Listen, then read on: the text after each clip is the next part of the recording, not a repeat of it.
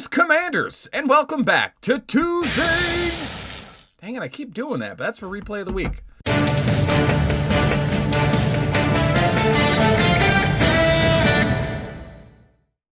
All right, Tuesday Newsday, boys and girls. Yesterday's video, the fireside chat. Let's just address the elephant in the room.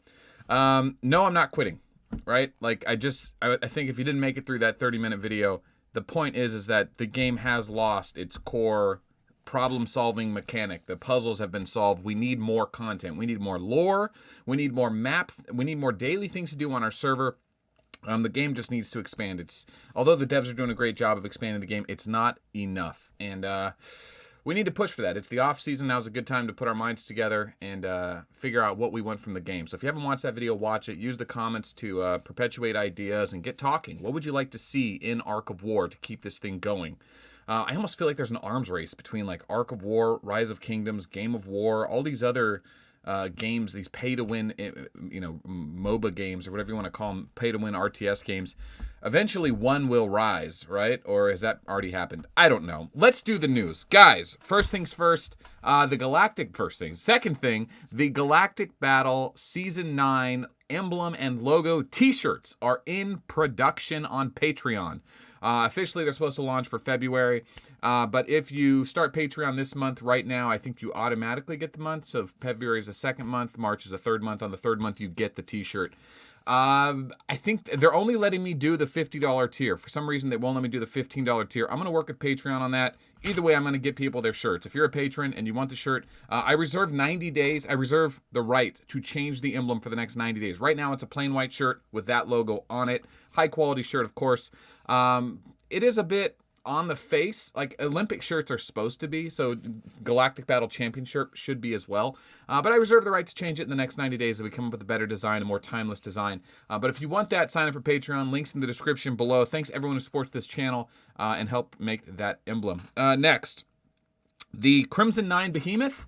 And let's talk about the Crimson 9 Behemoth and the event going on. So if you haven't watched the Crimson 9 Behemoth videos, I did about a year ago a series of videos on how to fight the Crimson Behemoth, right? So you can do them with tier 8 or tier 9. Just know that this Vega has a breakdown and he has some resistance weaken gear. So it's hard to sweep past him. But you just need to make sure you don't get hit by his breakdown, or if you do, you mitigate loss as well. Depending on the commander you have, for me, infantry, the best way to do this was not like this. I did a video called Melt did a Raptor because Raptor did an oopsie. All you have to do is just search Melt AOW Crimson Behemoth, and you'll find all those videos on how to beat the Crimson Behemoth monster if you want to take a gamble. Aries and Virgos do work on him, but it doesn't take him to 0 that quickly. Stella might be able to do it. Aries and Virgo lower the damage, and it works really good on monsters. But point is in this replay, what I did wrong is I didn't put a Ranger in slot 3. So my slot 2 killed their slot 2, which skips the turn. And how that works in the order of operation basically meant that his slot 5 got to go before my slot 5. Because my slot 5 is guaranteed to hit him and kill him. But because his slot 5 goes first, he had a chance to trigger breakdown, and he hits me and does a bunch of damage. That being said, it could have been worse. He actually didn't crit. There it is there. So, right there. Try again. There it is. So here comes the breakdown. Actually doesn't crit. Later on, I trigger Ares, if you want to watch that video, and it actually crits me for 29 million when he hits my 1 troop. So that could have been a lot worse. That being said, here's the right way to do it, or the least risky way possible. And I could do it this way because I'm just massively overkilling with my tier 12. But basically what I'm doing is I'm guaranteeing he has first strike. So I let him kill my Ranger. That means my next attack will automatically kill his slot 2. Boom. But when that happens, his slot 3 goes first. I want to make sure his slot 3 is going to kill my troop here, but I actually just trigger a Gemini and I beat the whole thing. But anyway, watch the Crimson 9 Behemoth videos. If you're not sure and that wasn't a good explanation, check the comments below. People are happy to help with that. But generally speaking, that's my march here is a very good low-risk march. But the problem with this is you can actually lose sometimes. There is a better way to do this march if you're guaranteed to one-shot your opponent. And that is this setup right here. I'm going to show that on the screen, then we'll move on to the next thing. This march right here is what I recommend. I think this is right. God, please be right. Check the comments below. Make sure I didn't get this wrong. So what this is Ranger automatically dies because they have first strike. Then your slot 2 goes. Slot 2 kills their slot 2. Then their slot 3 goes, kills your slot 3. Okay, now, Your 4 slot goes next, which kills some troops, doesn't matter. Then his slot 4 goes next, and then your slot 5 goes next. That means his slot 5 doesn't go before yours. That's why you're guaranteed to kill his slots before they have a chance to hit your major troops. And you can just leave the Dodgers in the back row, Rangers in the front row. That should work well for you. If you're a Dragon Slayer man, you can just 1-slot bust the Crimson 9 monster because you're a jerk. But anyway, that's enough on the Crimson 9 monster. That should have been well covered a while back. Okay, last thing. Los Temple. This replay of the week thing, people send you all kinds of replays.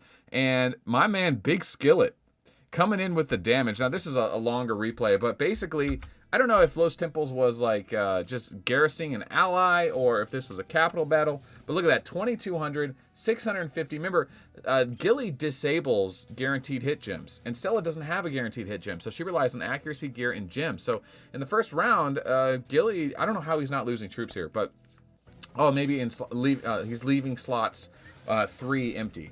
I'm sorry, yeah. So he was putting troops in slots 1 and 2, which is why Stella's slots 1 and 2 are dead. And then Stella's slot 3 would just kill him before Stella could ever trigger gem. So even though Gilly was losing the fight and he had to pay 500 gold each time, he was still doing massive damage to Stella over and over and over. Well, Big Skillet decided to take a risk and put troops in slot 3, not factoring in that Stella's slot 6 is going to go. And I don't know if this is just because... Let's see how this happens. Yeah, I think because Stella's slot 3 is going to be the first to act next turn. She's going to have a chance to hit Gilly pretty hard. So here we go. Gemini. Here's the hit. 4,300 only kills 300 or so. Gemini kills another 200-ish, right? Why is that? It's because Stella's rocking full-on tank gear. Shadow chest piece, fearless pants, Helm of the Valkyrie. And probably a ton of crit with her. If you'll notice in that Gilly replay, she did not crit. So, you got to watch out for Stella running tank builds with crit with her. They're actually very tanky. But overall, the damage was about 12,000 tier 12s against Los Temple. And that equates to about $80,000 in damage. Now, fortunately, it is the Med Hospital event, so he'll probably be able to keep most of those if he had the hospital capacity on and a hospital hall. If not, he probably lost quite a bit of those. In fact, he probably lost about 3/4 of those, even if he did have that stuff. It was a massive hit, so congratulations, Big Skillet. Huge hit of the month. That's it for Tuesday Newsday. I don't want to drag it on any longer. I encourage you guys to check out the Crimson Behemoth videos.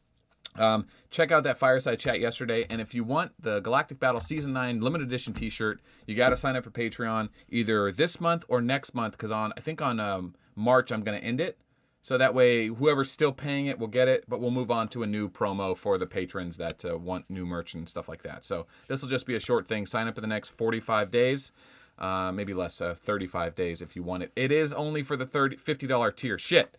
We'll figure that out. I'm going to try and work with Patreon to get it down to the $15 tier. Or maybe I'll just make it a $20 tier. I don't know how I feel about that. I don't know. All right, we'll see. We'll see what Patreon does for us. Guys, my name is Melt. I will see you tomorrow for Replay of the Week. Thanks for watching. Goodbye.